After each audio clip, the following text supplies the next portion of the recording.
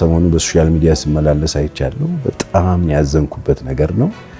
ሰዎች መሰረት አድርገው የሚነሱት በጋብቻ አስተምሮቶቹና በእግዚአብሔር ቃል አገልግሎቱ አንቱታን ያተረፈው የቤተክርስቲያን መስራችና ባለራዕይ ፓስተር ቸርነት በላይ ወይንም ፓስተር ቸሬ በአገልጋይ ዮናታን አክሊሉና በባለቤቱ ዶዬ እምሩ ዙሪያ የሰጠው ምስክርነት ያልተጠበቀ ሆኗል። በመልካም ወጣት ስልጠና ምክንያት የበርካታ ወጣቶች አባትና እናት የሆኑት አገልጋይ ዮናታን አክሊሉና ዶዬ እምሩን ተከትሎ ምላሽን የሰጠ ሲሆን ከሰሞኑ መነጋገሪያ የነበረችውን ሴት ተከትሎም እግዚአብሔርን ፍሪ በጣም ያዘኩበት ነገር ነው ሲልም ተናግሯል።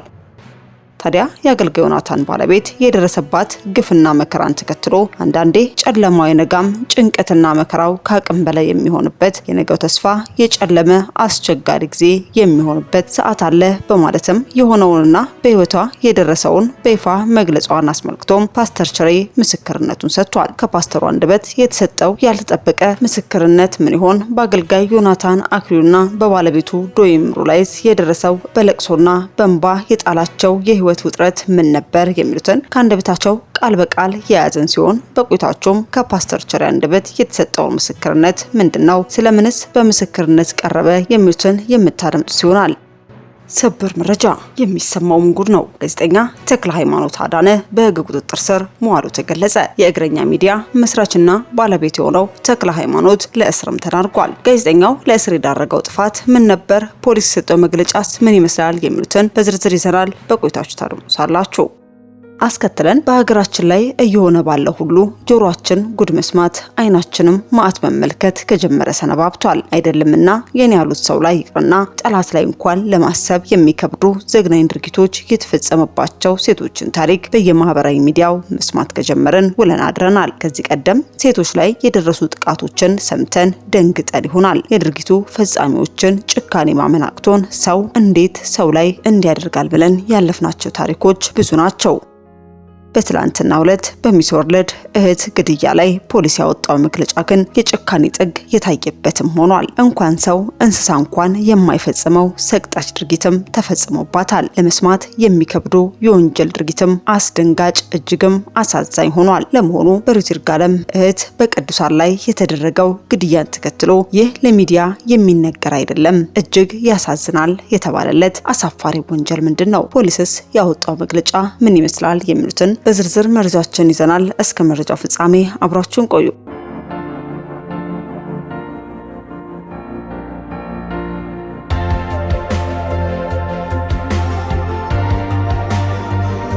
አስቀድመን ወደ ያዝርላችሁ መረጃችን ስናልፍ አሁን ላይ ለሚዲያና ለህዝብ ለመናገር የማይመቹ አንዳንድ ከባድ ነገሮች አሉ ሲል ፖሊስ በሟች ላይ የተፈጸመውን ድርጊት እጅግ ኢሰብአዊ የሆነና ጭካኔ የተሞላበት መሆኑን ገልጿል። በግድያው ተጠርጥረው ከተያዙት ውስጥም የሩት የቀድሞ ጓደኛና ፍቅረኛ ይገኙበታል።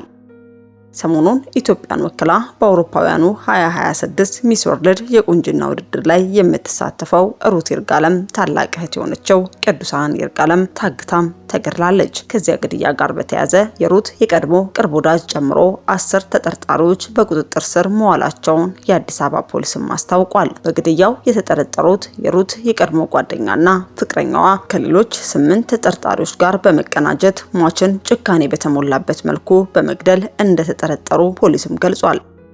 የአዲስ አበባ ፖሊስ ዋና ጠቅላይ መምሪያ የህዝብ ግንኙነት ኃላፊ ኮማንደር ቶማስ ሸቴም ተጠርጣሪዎቹ ግድያውን የፈጸሙት ገንዘብ ለመቀበል በማሰብ መሆኑን በሰጡት ቃል እንዳመኑም አስረድተዋል። የገንዘብ ችግር አለብን፣ ያንን የገንዘብ ችግር ለማቃለል ይህንን ወንጀል ፈጽመናል በማለትም ተጠርጣሪዎቹ ለፖሊስ በሰጡት ቃል ማስረዳታቸውን ገልጸዋል። ተጠርጣሪዎቹ ታጋቿን ለማስለቀቅ ከቤተሰቧ 2.5 ሚሊዮን ብር ጠይቀው እንደነበር ፖሊስ አስታውቋል። ገንዘቡን ለመቀበል የተለያዩ ድርድሮችን ሲያደርጉና ገንዘቡን የሚቀበሉላቸው ሰዎችን ሲልኩ እንደነበርም ተገልጿል። እድሜዋ 30 የነበረው ሟች ቅዱሳን ይርጋለም የልብስ ዲዛይነር ስትሆን በተጓዳኝም የተለያዩ የጌጣጌጥ ስራዎችንም ትሸጥም ነበር።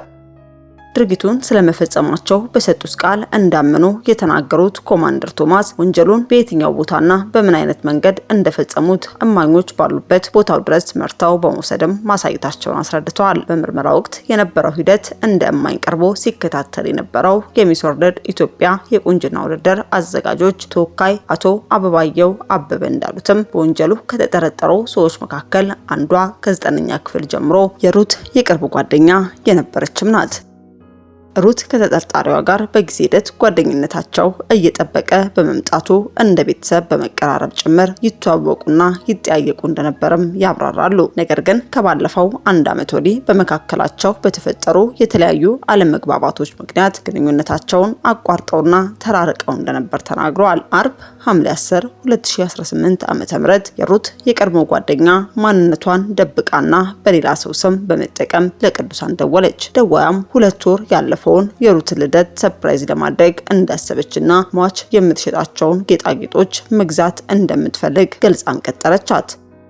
ቅዱሳንም ጉዳዩን በማመን አርብ ረፋድ አካባቢ ሜክሲኮ በሚገኘው ጭማቂ ቤት የተገኘች ሲሆን በቦታው ስትደርስ ግን የቀጠራት ሰው በሌላ ሰው ስም የደወለችው የእህቷ የቀድሞ ጓደኛ ናት። አቶ አበባየው እንዳሉት ተጠርጣሪዋ ከዚህ ቀደም አስቀይሚያችሁ ስለነበር እውነቴን ብነግርሽ አትመጪልኝም ብዬ በማሰብ ነው በሌላ ሰው ስም የደወልኩልሽ ብላታለች። ሟች ቅዱሳን በበኩሏም ለተጠርጣሪዋ ምላሽ ስትሰጥ እኛ ብንቀየምሽ ኖሮ እኮ እናትሽ ታማ በነበረበት ወቅትም ሆነ ስታርፍ መተን አንጠይቅሽም ነበር። ስለዚህ እኛ ምንም አልተቀየምንም በማለትም እንደመለሰችላትም አስረድተዋል።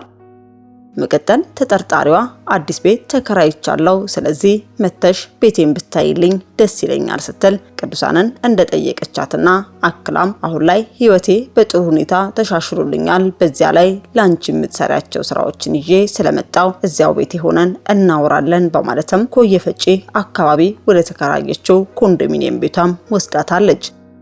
በአዲስ አበባ ፖሊስ መረጃ መሰረትም ተጠርጣሪዎቹ ቅዱሳንን ካገቱበት ኮየፈጪ ከሚገኘው ኮንዶሚኒየም ሌላ ቤት በመከራየትም አዘዋውረዋል። ቅዱሳን ከታገተችበት አርብ ሐምሌ 10 2018 ዓ.ም ጀምሮ እንደሞተች እስከታመነበት እሁድ ሐምሌ 12 2018 ዓ.ም ድረስም ምግብ እንዳልሰጧትም ተነግሯል። ተጠርጣሪዎቹም ቅዱሳን ላይ ግድያ ከፈጸሙባት በኋላ ለቤተሰቦቿ ደውለው ገንዘብ መጠየቃቸውን የምርመራ ሂደቱ ማሳየቱን ኮማንደር ቶማስም ገልጸዋል።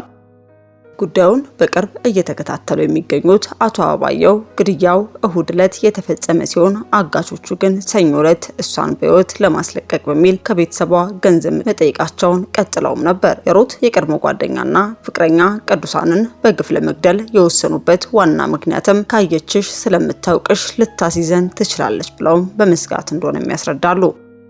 የግድያው ሁኔታን አስመልክቶ የአዲስ አበባ ፖሊስ የህዝብ ግንኙነት ኃላፊ ኮማንደር ቶማስ አሁን ላይ ለሚዲያና ለህዝብ ለመናገር የማይመቹ አንዳንድ ከባድ ነገሮች አሉ በማለትም ዝርዝሩን ከመግለጽም ተቆጥበዋል። በሟች ላይ የተፈጸመው ድርጊት እጅግ ኢሰብአዊ የሆነና ጭካኔ የተሞላበት ነው ሲሉም ወንጀሉ ምን ያክል ዘግናኝ እንደነበርም ገልጸዋል። ይህንን አሰቃቂ ድርጊት በቀጥታ ፈጽመዋል ተብለው ከተጠረጠሩት የሩት የቀድሞ የቅርብ ጓደኛና ፍቅረኛዋ በተጨማሪም ከጉዳዩ ጋር በቀጥታም ሆነ በተዘዋዋሪ መንገድ ግንኙነት አላቸው ተብለው የተጠረጠሩ 8 ሰዎችም በቁጥጥር ስር ውለው ምርመራ እየተደረገባቸው እንደሚገኝ ፖሊስም አሳውቋል።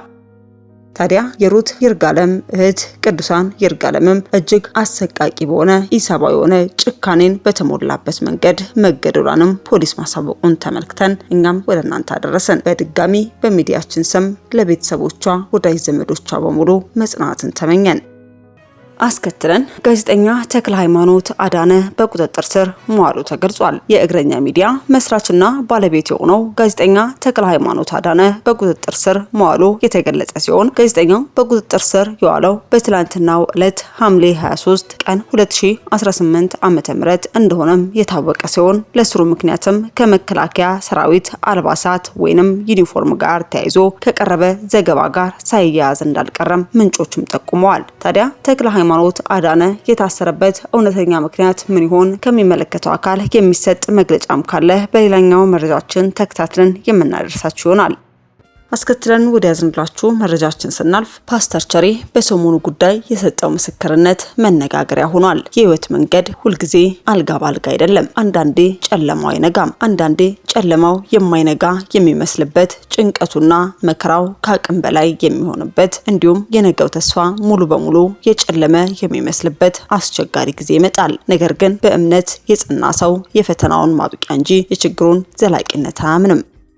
ዶይምሩ ከባለቤቷ ከዮኒ ጋር ያሳለፈችውን የህይወት ጉዞ እግዚአብሔር ታሪክን ሙሉ በሙሉ የመቀየር ኃይል እንዳለው የሚያሳየም ያው ማረጋገጫ ነው። በትዳር ህይወታቸው መጀመሪያ ላይ በእጃቸው ላይ ምንም አይነት ቁሳዊ ነገር አልነበረም። ባዶነት፣ እጦትና ችግር በዙሪያቸው ከቧቸውም ነበር። እንደ ማንኛውም ወጣት ባለትዳር የወደፊት ህይወታቸውን በደስታ ለመገንባት ቢያስቡም እውነታው ግን ጨካኝ ነበር። በዚህ አስቸጋሪ ጊዜ ግን ብቸኛ መሸሸጊያቸው፣ ተስፋቸው ወደ አምላካቸው የሚያደርጉት ጸሎት ብቻ ነበር።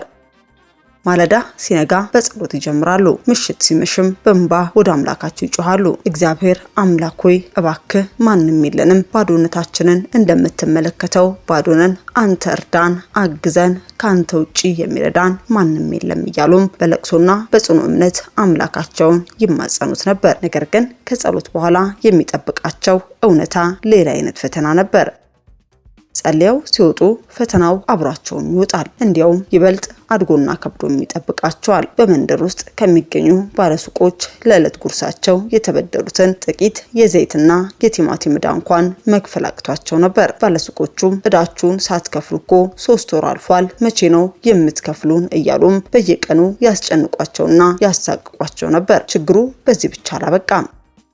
በዚህ ሁሉ መከራ፣ እጦትና የህይወት ውጥረት መካከል ልጃቸው ሌዊ ተረገዘ፣ ተወለደም። የህፃን ልጅ መወለድ በራሱ ተጨማሪ ፍላጎትና ወጪን ይዞ የሚመጣ በመሆኑ እንደ ሰው ልጅ ማሰብና መሸከም ከሚቻለው በላይ የሆነ ከባድ መከራ አሳለፉ። የሰዎች መተቸት፣ የዕዳ ባለቤቶች ግፊትና የዕለት ጉርስ ማጣት ልባቸውን ያደማው የፈተና ጊዜ ነበር። ነገር ግን እነርሱ አልቅሰው የጠሩት የለመኑት ኢየሱስ ክርስቶስ የራሱ የሆነ ጊዜና አጀንዳ ነበረው።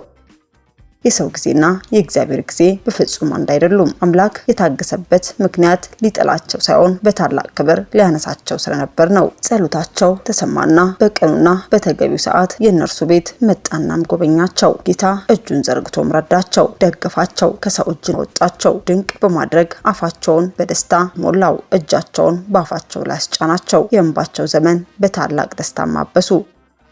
ቀድሞ ጥቂት ዘይትና ቲማቲም ተበድረው ዕዳቸውን ለመክፈል ተጨንቀው ባለሱቆች ይፈልጓቸው የነበሩት ያንን የችግር የውርደት ዘመን ታሪክ አድርገው ዛሬ ላይ እግዚአብሔር ታሪካቸውን ሙሉ በሙሉ በመቀየር እንኳን የራሳቸውን ዕዳ ሊከፍሉ ይልቁንም የተቸገሩትን የሚያግዙ በዕዳ የተያዙትን ባለዕዳዎች ዕዳም ሊከፍሉ ባለመዋልም አደረጋቸው። ፓስተር ቸሬ አክሎም ከሰሞኑ ከቤተ ክርስቲያን ስትወጣ የተቀረጸችውና እኔ ይህን መሰል መልክና ውበት ይዤ በዝናብ በእግሬ ሄዳለሁ፣ እዛ ቸርች ያሉ ገርዳሜ ተራሚ መስሉ ሴቶች ደግሞ መኪና እየነዱ ይሄዳሉ በማለት የሥራ ሰዎችንና አማኞችን ንቀት የተሞላበት ንግግር በማህበራዊ ሚዲያ ከተሰራጨ በኋላ በርካቶች መነጋገሪያ አድርገዋት እንደነበር የቅርብ ጊዜ ትውስታችን ነበር። ዛሬ ደግሞ ፓስተር ቸሬ እግዚአብሔርን ፍሪ ሲል ያልተጠበቀ መልስንም ሰጥቷል። ፓስተር ቸርነት በላይ ወይንም ፓስተር ቸሬ በንግግሩ በጣም በሚገርም ሁኔታ ሰሞኑን በሶሻል ሚዲያ ሲመላለስ አይቻለው። በጣም ያዘንኩበት ነገር ነው። ሰዎች መሰረት አድርገው የሚነሱት የሚታየን ውበት ነው። ውበትን እንደ መሰረት አድርገው፣ ቁንጅናን እንደ መሰረት አድርገው፣ አቋምን እንደ መሰረት አድርገው እዛ ላይ ተመስርተው ህይወታቸውን እዛ ላይ ሊገነቡ የሚፈልጉ ሰዎች አሉ በማለትም የተፈጠረውን አዝማሚያ በቀጥታም ኮንኗል።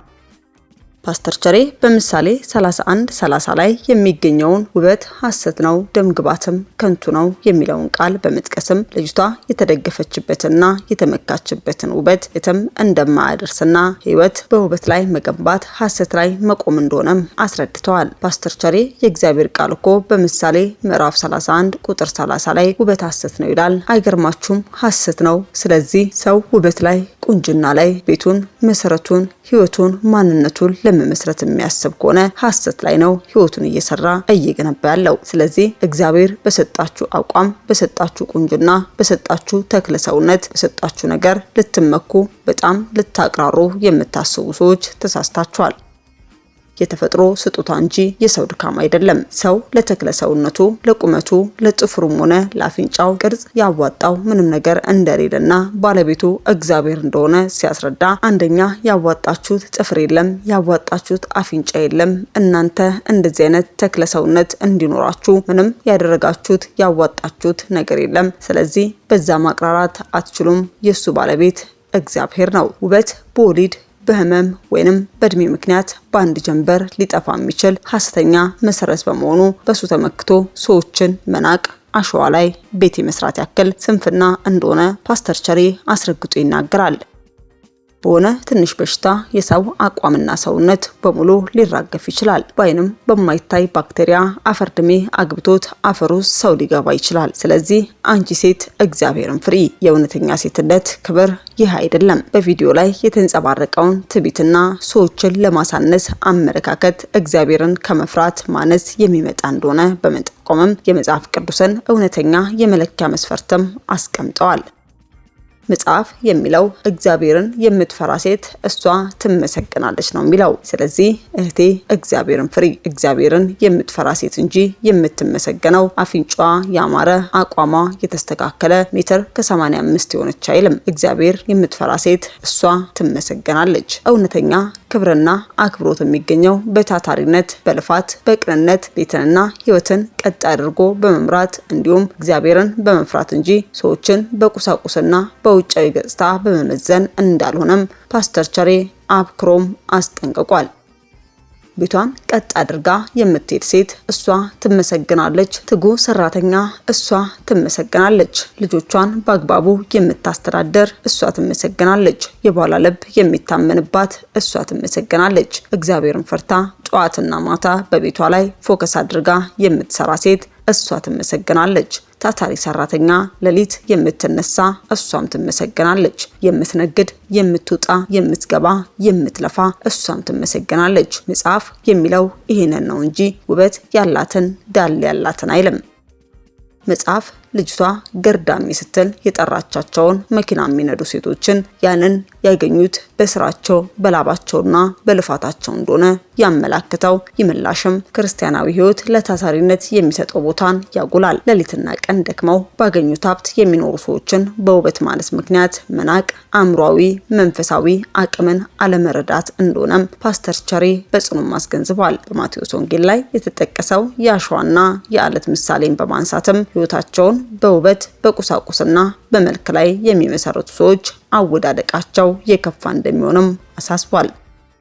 በየቤታችሁ ያላችሁ በተለይ ሴት ወጣቶቼ ወንዶችም እንደዚሁ ውበት ካለ ሁሉ ነገር ማድረግ እንደምትችሉ ይሰማችኋል። እንደሱ አይነት ስሜት ነው ያለው ውስጣችሁ። እንዳትሳሳቱ፣ ውሸት ላይ ነው ቤታችሁን እየሰራችሁ ያላችሁት። ሁላችሁም ውበትን የምታምኑ ከሆነ ውሸት ነው ያመናችሁት፣ ከንቱ ነገር ነው ያመናችሁት። መከራን፣ ፈተና ወይንም ማዕበል በአለት ላይም ሆነ ባሸዋ ላይ በተሰራ ቤት ላይ እንደሚመጣና በውጫዊ ውበት ቁሳቁስ የተገነባ ማንነት ግን ፈተናን መቋቋም ሳይችል ይቀራል ሲል ፓስተር ቸሬ ይበልጥ የሰጠው ምላሽ ደግሞ የሚከተለውን ይመስላል። በጥቂቱ ከአንደበቱ አድምጠን እንመለስ። ሰሞኑ በሶሻል ሚዲያ ስመላለስ አይቻለሁ። በጣም ያዘንኩበት ነገር ነው። ሰዎች መሰረት አድርገው የሚነሱት በጣም ከሚያሳዝን ነገር መሃል ማለት ነው። እግዚአብሔርን ስንት ገርዳሜ መኪና እየነዳ እግዚአብሔርን ይሄን የመሰለ መልክ ይዤ በእግሬ እንደዚህ ዝናብ እየዘነበብኝ ነው የምሄደው። በጣም ያዘንኩት ጌታ፣ በጣም ያዘንኩት የሆኑ እቺ መሰለሽ ልጅ እግዚአብሔር እንደዚህ ያርገን። ጌታ ካጠገብ ያሉ ሰዎች ማለት ነው ከቸርች ሲሞታ ምን እንደሚያስቡ ጌታ የሚታየን ውበት ነው። ውበትን እንደ መሰረት አድርገው፣ ቁንጅና እንደ መሰረት አድርገው፣ አቋምን እንደ መሰረት አድርገው እዛ ላይ ተመስርተው ህይወታቸውን እዛ ላይ ሊገነቡ የሚፈልጉ ሰዎች አሉ። እና ውበት ላይ መጽሐፍ ቅዱስ ምሳሌ ምንድን ነው የሚለው? የእግዚአብሔር ቃል እኮ በምሳሌ ምዕራፍ 31 ቁጥር 30 ላይ ውበት ሐሰት ነው ይላል። አይገርማችሁ? ሐሰት ነው። ስለዚህ ምንድነው ሰው ውበት ላይ ቁንጅና ላይ ቤቱን፣ መሰረቱን፣ ህይወቱን፣ ማንነቱን ለመመስረት የሚያስብ ከሆነ እኮ ሐሰት ላይ ነው ህይወቱን እየሰራ ያለው። ስለዚህ እግዚአብሔር በሰጣችሁ አቋም፣ በሰጣችሁ ቁንጅና፣ በሰጣችሁ ተክለ ሰውነት፣ በሰጣችሁ ነገር ላይ ልትመኩ በጣም ልታቀራሩ የምታስቡ ሰዎች ተሳስታችኋል። ሐሰት ነው። አንደኛ ያዋጣችሁ ጥፍር የለም። ያዋጣችሁት አፍንጫ የለም። እናንተ እንደዚህ አይነት ተክለ ሰውነት እንዲኖራችሁ ምንም ያደረጋችሁት ያዋጣችሁት ነገር የለም። ስለዚህ በዛ ማቅራራት አትችሉም። የሱ ባለቤት እግዚአብሔር ነው። እግዚአብሔር ነው እሱ። እናንተ ያላችሁት ውስጥ ነው። እናንተ ያላችሁት ጭንቅላታችሁ ውስጥ፣ ልባችሁ ውስጥ፣ ድርጊታችሁ ውስጥ፣ ሐሳቦቻችሁ ውስጥ፣ ነገ የምታስቡትና የምታልሙት ራእዮቻችሁ ውስጥ ነው ያላችሁት። ንባቦቻችሁ ምን ይመስላሉ? በውስጣችሁ ያለው ዕውቀት ምን ይመስላል? ምንድነው የተረዳችሁት? ምንድነው ስለዚህች ዓለም የገባችሁ? ምንድነው ስለ ትውልድ የገባችሁ? ምንድነው ስለ ህይወት የገባችሁ? ስለዚህ መሰረት አድርጋችሁ ውበትን፣ አፍንጫ እንዳለን የሰውን ቁመት፣ የሰው ወንድን አቋም፣ ተክለ ሰውነት አስባችሁ የምትንቀሳቀሱ ሰዎች እሱ መሰረት ስህተት ነው። መጽሐፍ ሐሰት ነው ይላል። አይገርምም? ውበት ሐሰት ነው፣ ደም ግባትም ከንቱ ነው ይላል። ስለዚህ ሰው ውበት ላይ፣ ሰው ቁንጅና ላይ፣ ደም ግባት ላይ ቤትን፣ ኑሮን፣ ህይወትን መሰረታለሁ ብሎ ቆንጆ እያሳደዳችሁ ያላችሁ ሰዎች ሐሰት ላይ ቤታችሁን ልትሰሩ ነው። ውሸት ላይ ልትገነቡት ነው። ሐሰት ነው። ለምን ድንገት ፍርስ ነው የሚለው? በአንድ ልጅ ወሊድ ሊጠፋ ይችላል። በሆነች ትንሽዬ በሽታ የሰው አቋም ሰውነት በሙሉ ሊራገፍ ይችላል። በአይንም የማይታይ ባክቴሪያ አፈር ድም ያግብታው አፈር ውስጥ ሰው ሊገባ ይችላል። ሐሰት ነው፣ ውሸት ነው። እሱ ላይ ቤትም ኑሮም ነገም አይሰራም። መሰረታችሁ ምንድን ነው? አትበሉኝ ጌታ ጌታ አትበሉኝ አለ ኢየሱስ። እኔ የምለውን ነገር አታደርጉ። አያችሁ፣ ጌታ ጌታ ማለት የሚፈቀድለት ማን ነው ከተባለ ጌታ ኢየሱስ የሚለውን የሚሰማና የሚያደርግ ነው። ምንድን ነው የሚለው እሱ? ሁላችሁም ከኔ ተማሩ ያለው እናንተ ደካሞች ሸክም የከበደባችሁ ኑ ወደ እኔ አለ። የትኛው ንጉሥ ነው ይህን ጥሪ የሚያደርገው? ኑ ወደ እኔ፣ እኔ የዋህ ነኝ በልቤ ደግሞ ትሁት ነኝ አለ ኢየሱስ። ኢየሱስ የባሪያን መልክ ይዞ ዓለምን ለማዳን የወረደ ጌታ። ኑ ወደ እኔ፣ እኔ ደግሞ በልቤ ትሁት ነኝ፣ ከኔ ሁላችሁም ተማሩ ነው ያለው።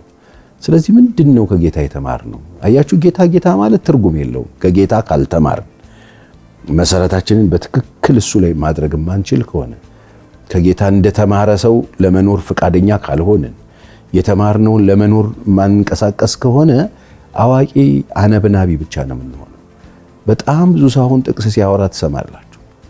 በጣም ብዙ ሰው ሲዘምር ታያላችሁ። በጣም ብዙ ሰው መንፈሳዊ ነኝ ብሎ ከተማ አልበቃ ሲለው ትሰማላችሁ። በጣም ብዙ ሰው መንፈሳዊ ለመምሰል የሚያደርጋቸው ቲያትሮች ብዙ ናቸው። መጽሐፍ ቅዱሱን ይዞ ቤተክርስቲያን ሲመላለስ ሲወጣ ሲገባ፣ ግን ደግሞ ልክ ነካ አርጋችሁት ውስጡ ስትከፍቱት ነውር ታያላችሁ። ውስጡን ስትከፍቱት በጣም ብዙ የወረዱ የሚያሳዝኑ፣ ለራስም ለሌላም ሰው ለእግዚአብሔርም ክብር የማይጠቅም በጣም ነውር የሆኑ ነገሮችን ታያላችሁ።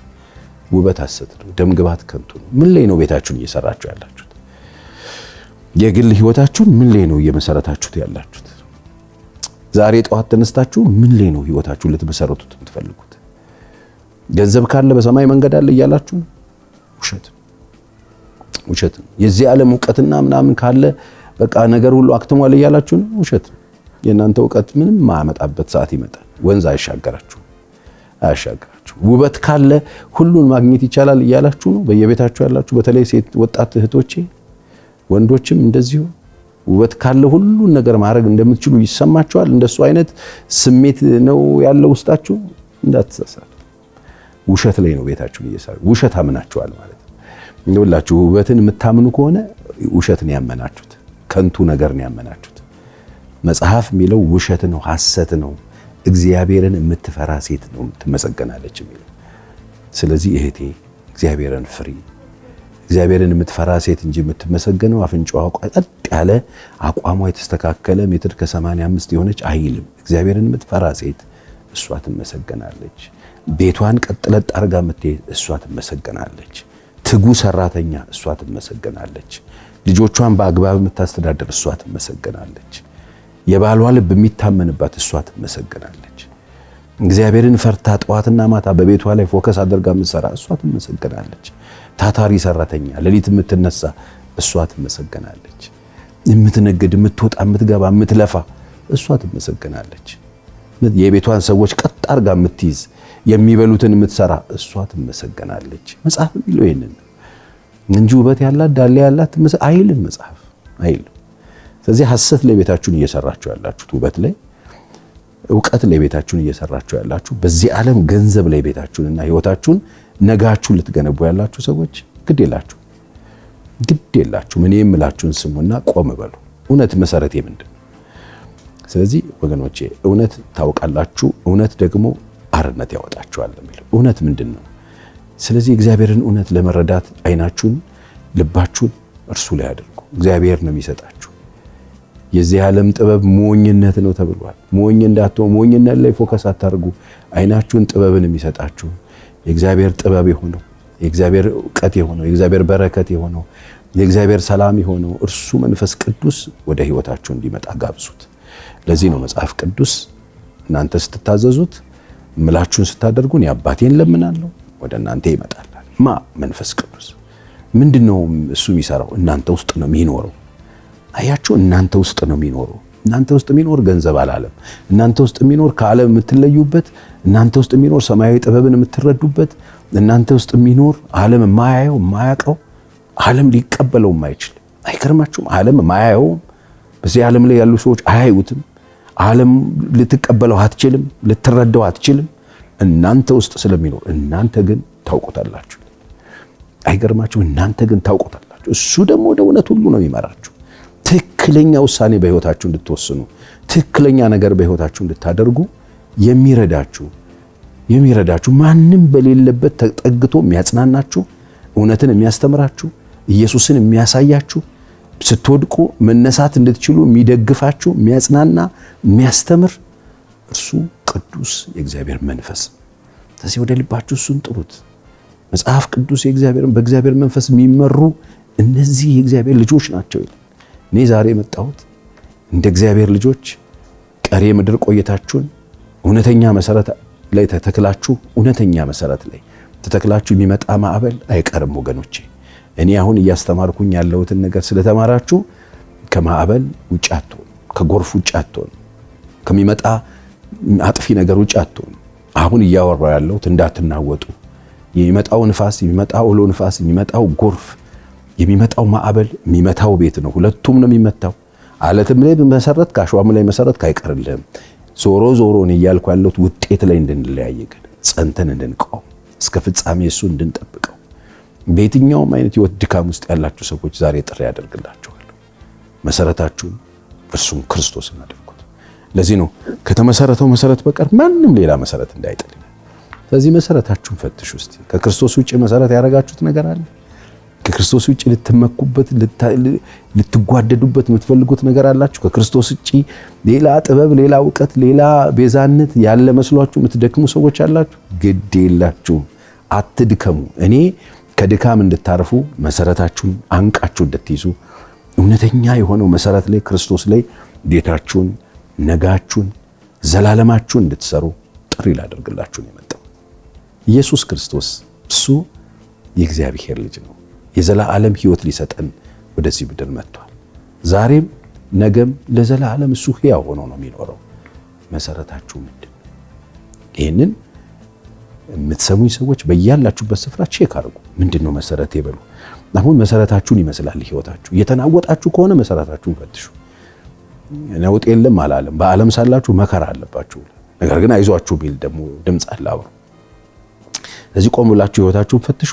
እርስ በርሳችሁ ቤተሰብ ሆናችሁ እየሰማችሁ ያላችሁ ተመካከሩበት። ከዚህ ቀን ጀምሮ አትናወጡ። እንዳንናወጥ የህይወት መሰረት ተሰጥቶ አልተቀየረም። እዛ ላይ ነው እንዴት እንድታነጹ ተጠንቀቁ የተባልነው። ስለዚህ መሰረታችንን ክርስቶስን አድርገን በእግዚአብሔር መንፈስ እየተመራን ህይወታችንን ለእርሱ ሰጥተን በእግዚአብሔር ፊት ቀሪ ዘመናችንን በድል መፈጸም እንዲሆንልን እግዚአብሔር ይርዳል። ጌታ ኢየሱስ ክርስቶስ ለዘላለም ከእናንተ ጋር ይሁን። አመሰግናለሁ።